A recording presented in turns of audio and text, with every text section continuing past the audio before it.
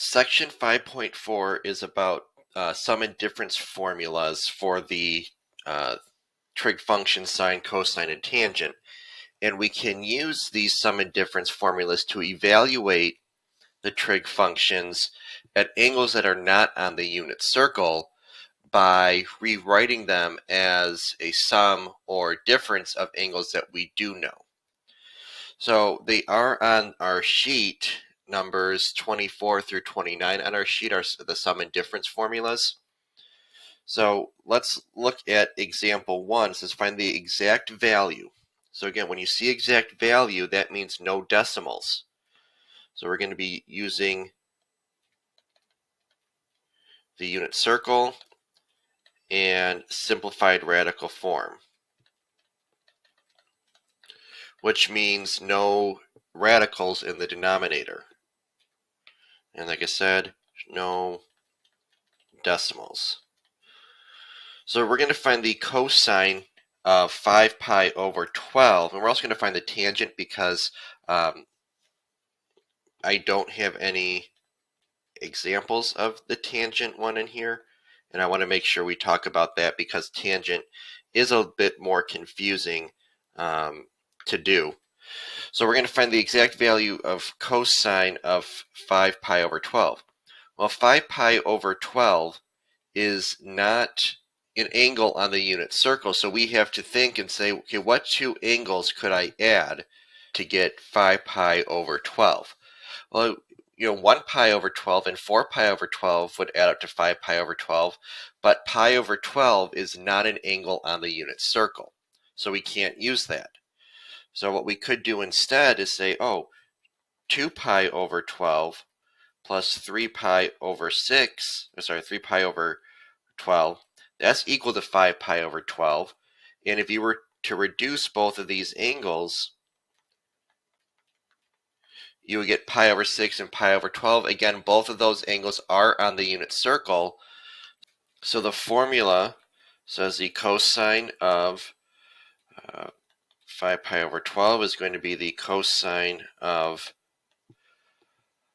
pi over 6 plus pi over 4. So now using formula number 24 from our sheet, we can say, okay, this is going to be the cosine of x, which in our case is pi over 6. So the cosine of pi over 6 times the cosine of the other angle, pi over 4, minus the sine of our first angle, sine of pi over 6, times the sine of pi over 4.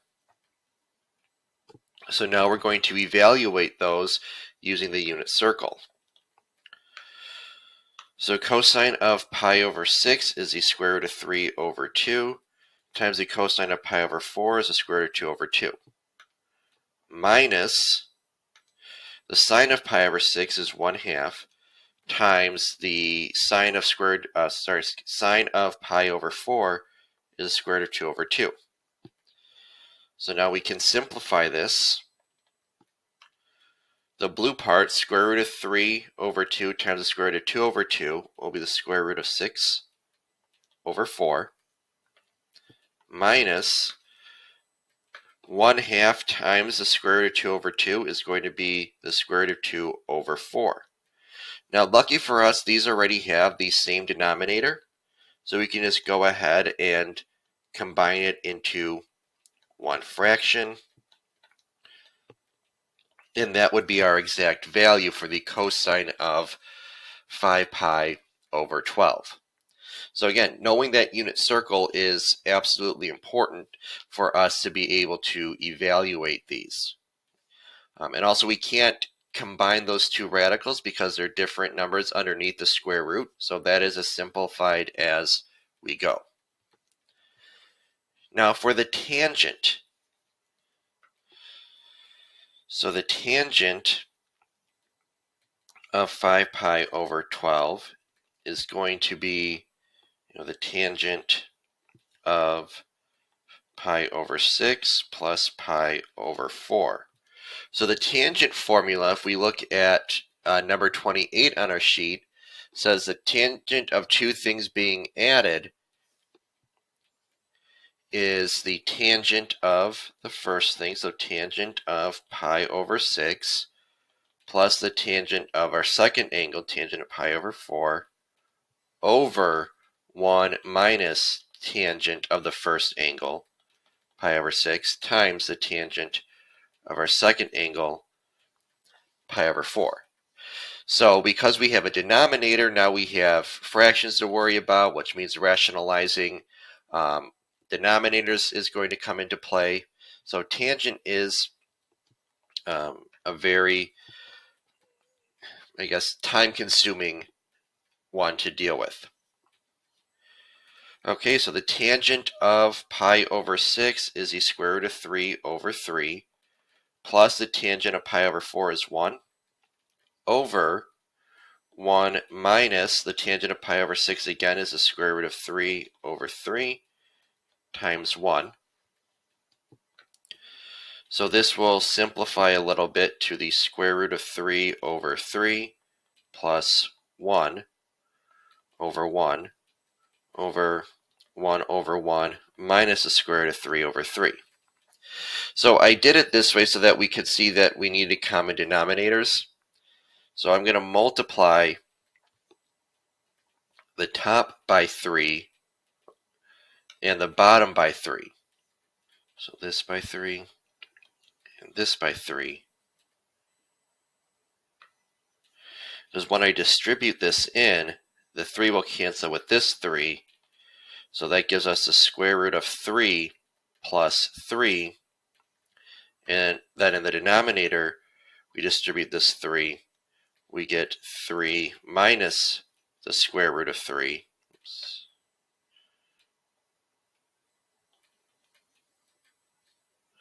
Now we can't have that square root of 3 in the denominator, so we have to now multiply the top and bottom by the conjugate of the denominator, 3 plus the square root of 3. So unfortunately, the numerator we have to FOIL out. The denominator we can use the shortcut for because it is a difference of two squares in factored form now.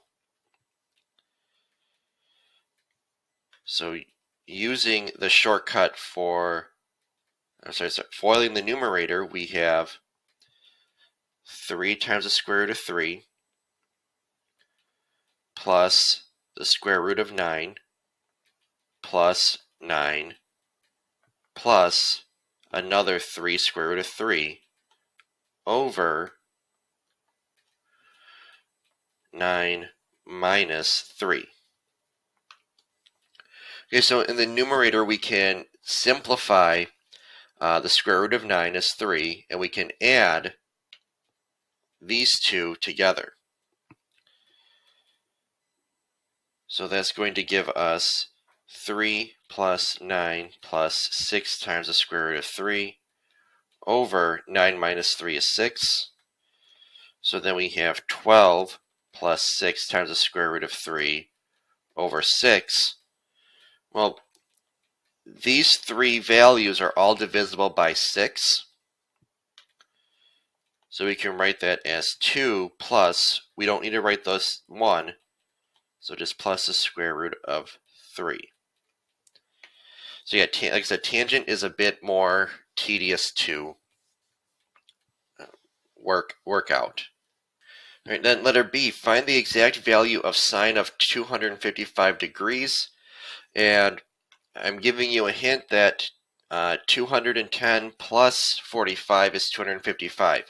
Now, let's look at that sheet, because now we're trying to find sine of two angles being added, so we're going to use this formula. Notice, and we haven't done one of these yet, for subtracting two angles, we have a different formula that we have to use. So having this out in handy is going to be crucial. All right, so now back to finding the sine of 255. So sine of 255 degrees is equal to the sine of 210 degrees plus 45 degrees.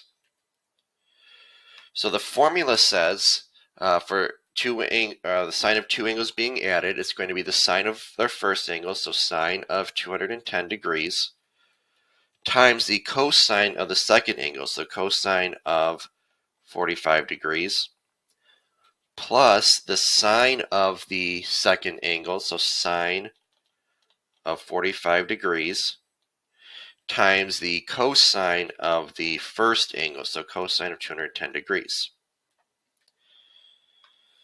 So then we're going to make our substitutions here. The sine of 210 degrees is 1/2 times the cosine of 45, the square root of 2 over 2. I'm sorry, sine of 210 is negative 1/2. Okay, plus sine of 45 degrees is square root of 2 over 2 times the cosine of 210 degrees. The cosine of 210 is negative square root of 3 over 2. So then this is going to equal negative square root of 2 over 4 plus negative square root of 6 over 4. So common denominator says that we can combine these to get a final answer of negative square root of 2 minus the square root of 6 over 4. Now that is correct. Mathematically that's correct, but sometimes you will see people factor out a negative from the numerator. So negative square root of 2 plus the square root of 6 over 4. Either of those answers is okay with me. So I prefer the first one because usually when we factor out a negative, people forget to factor out a negative from everything in the numerator. But just know that if you're looking at an answer key somewhere or getting help from someone else, they may give you what is in pink. All right, now example 2, it says find the exact value of cosine of u minus v, given that the cosine of u is negative 15 over 17 and the sine of v is 4 over 5. Well, what we need to do for both of those angles, u and v, is to get the third side of that triangle with those two sides.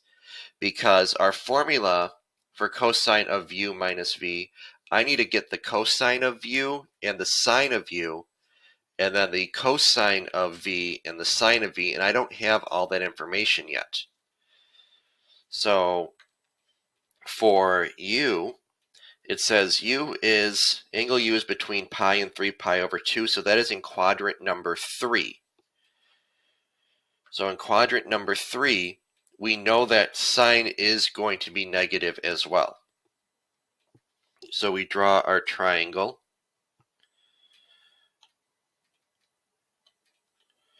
And cosine is the adjacent over hypotenuse. So then we do Pythagorean theorem. 15 squared plus x squared equals 17 squared.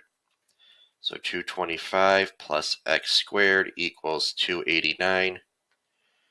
Then x squared is equal to 64, 8. So what this tells us is that we can say that the sine of u is negative 8 over 17 because we are in quadrant 3. Now for angle V, we are between 0 and pi over 2, so that's quadrant 1. So that's going to be nice. Everything is positive. Okay, and the sine is 4 over 5. Well, this is a nice Pythagorean triple that we should know that this is 3. So then the cosine of V is going to be 3 over 5. So now we can use these values over here.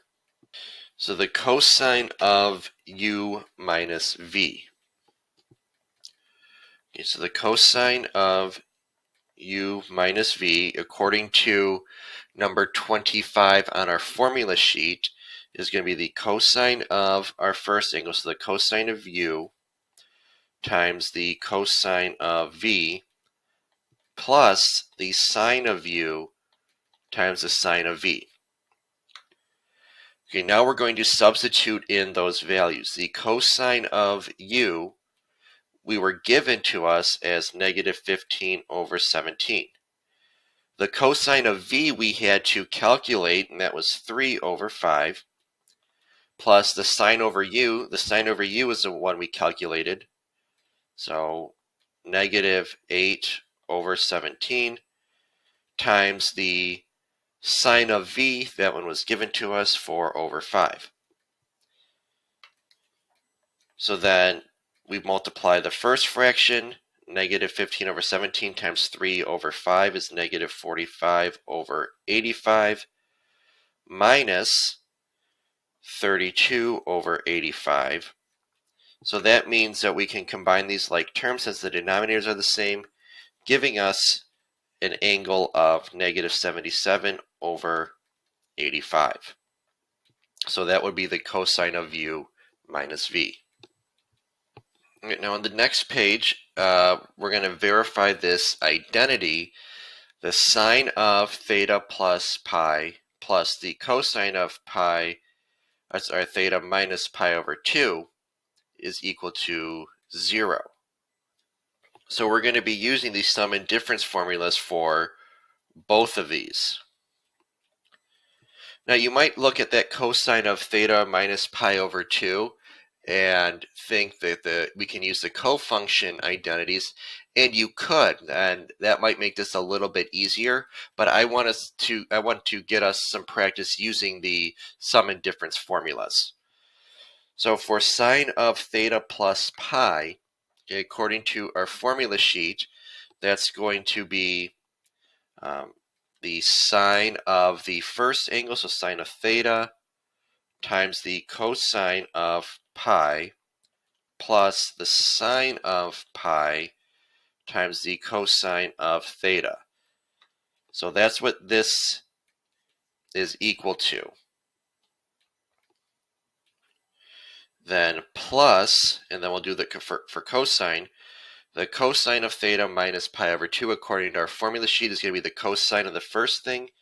So cosine of theta times the cosine of the second thing, pi over 2, plus the sine of theta times the sine of pi over 2.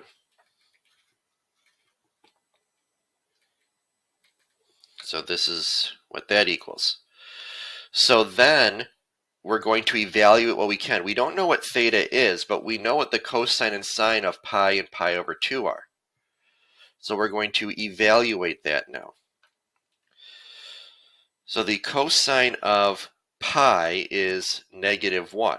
So this is going to be sine theta times negative 1 plus the sine of pi is 0. So 0 times cosine theta plus cosine theta times the cosine of pi over 2.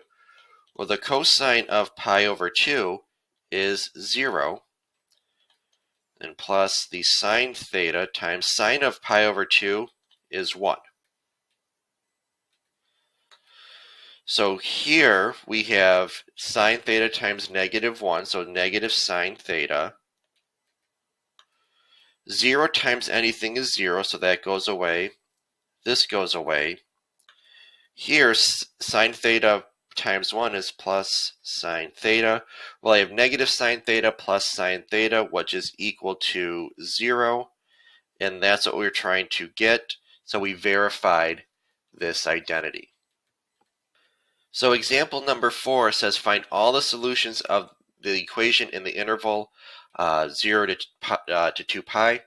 So we're going to be using those sum and difference formulas. So the cosine of x plus pi over 6 using number 24. We have the cosine of the first angle.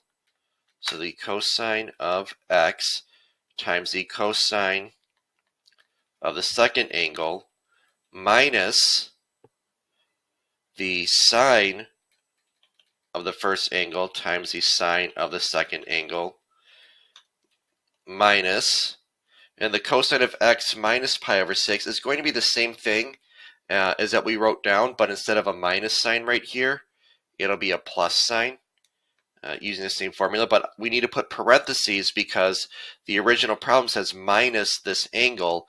So when we convert that angle, that whole thing needs to have a negative in front of it.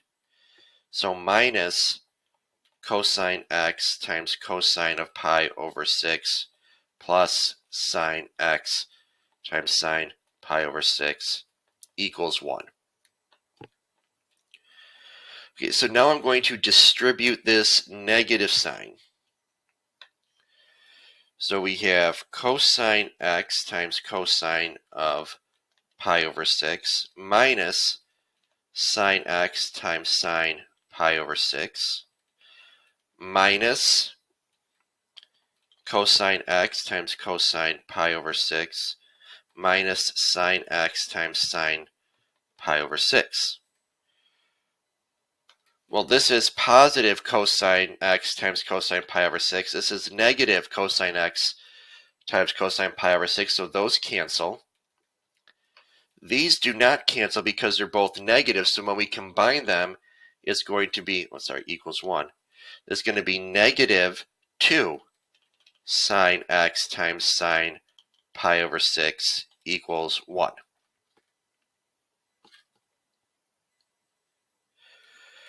Well, we know what sine of pi over 6 is. We can evaluate this.